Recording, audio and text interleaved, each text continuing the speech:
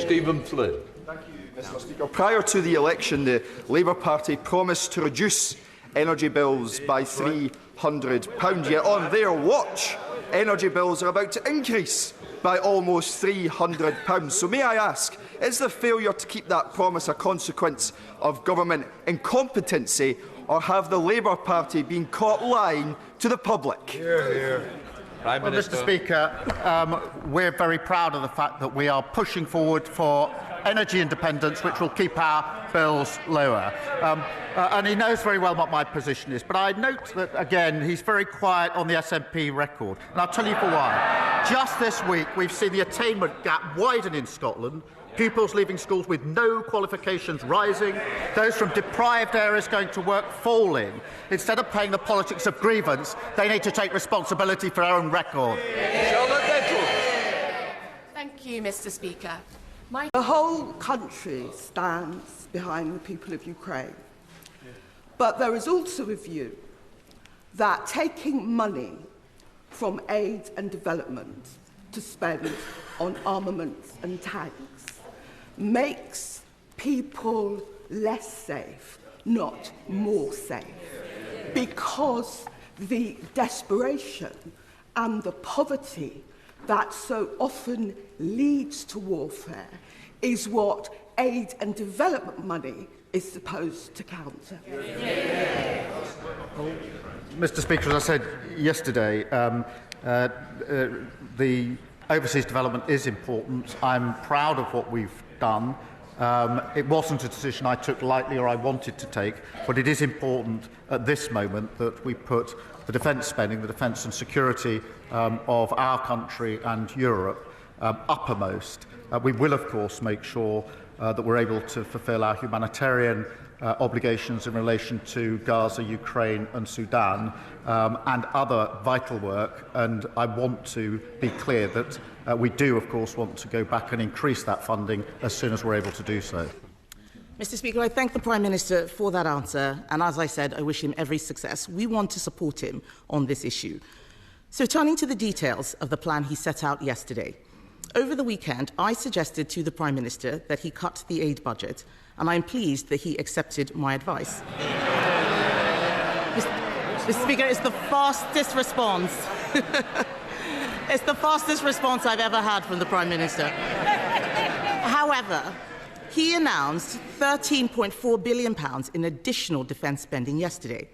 This morning, his Defence Secretary said the uplift is only £6 billion, which is the correct figure. Prime Minister. I'm going to have to let the Leader of the Opposition down gently. She didn't feature in my thinking at all. I was so busy over the weekend I didn't even see her proposal. I think she's appointed herself, I think, saviour of the Western civilization. It's a desperate search for relevance.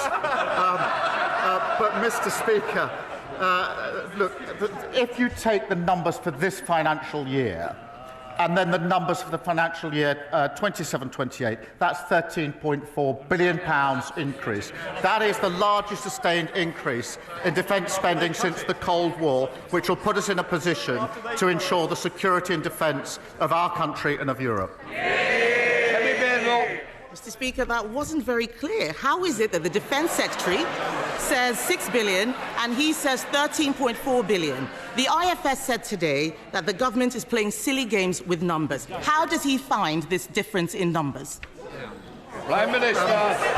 Mr. Speaker, we went through this 2 weeks ago, going through the same question over and over again. So let me say it.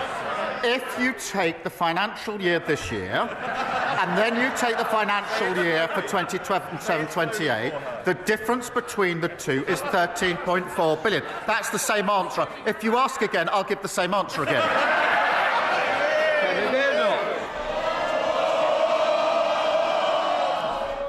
I'll decide when it's more.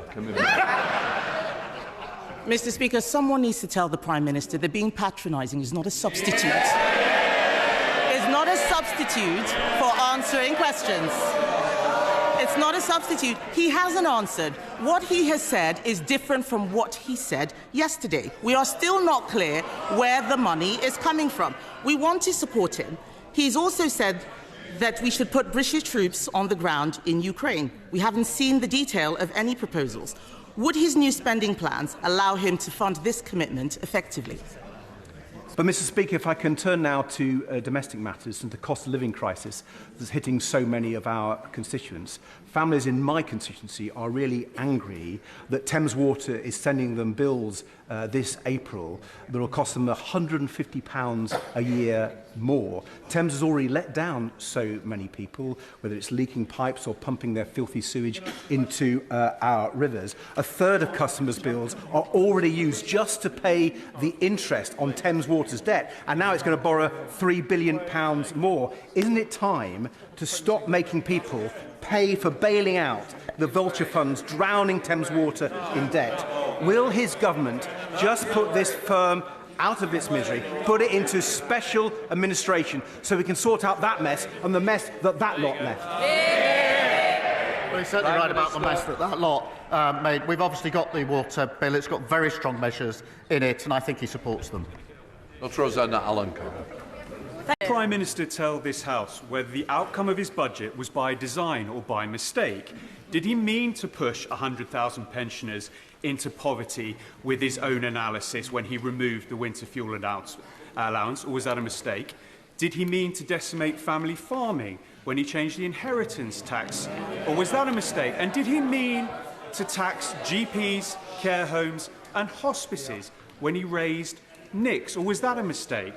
Prime Minister, could you tell the House, are these acceptable collateral damage in his path for change, or simply a mistake that need rectifying? I'll tell you what was a mistake, leaving a £22 billion black hole that we had to sort out. We took the difficult decisions, investing in our NHS, and I would have thought he would have welcomed the 2 million extra appointments that we've achieved in the first 7 months of a Labour government. That's the difference our budget is making to people.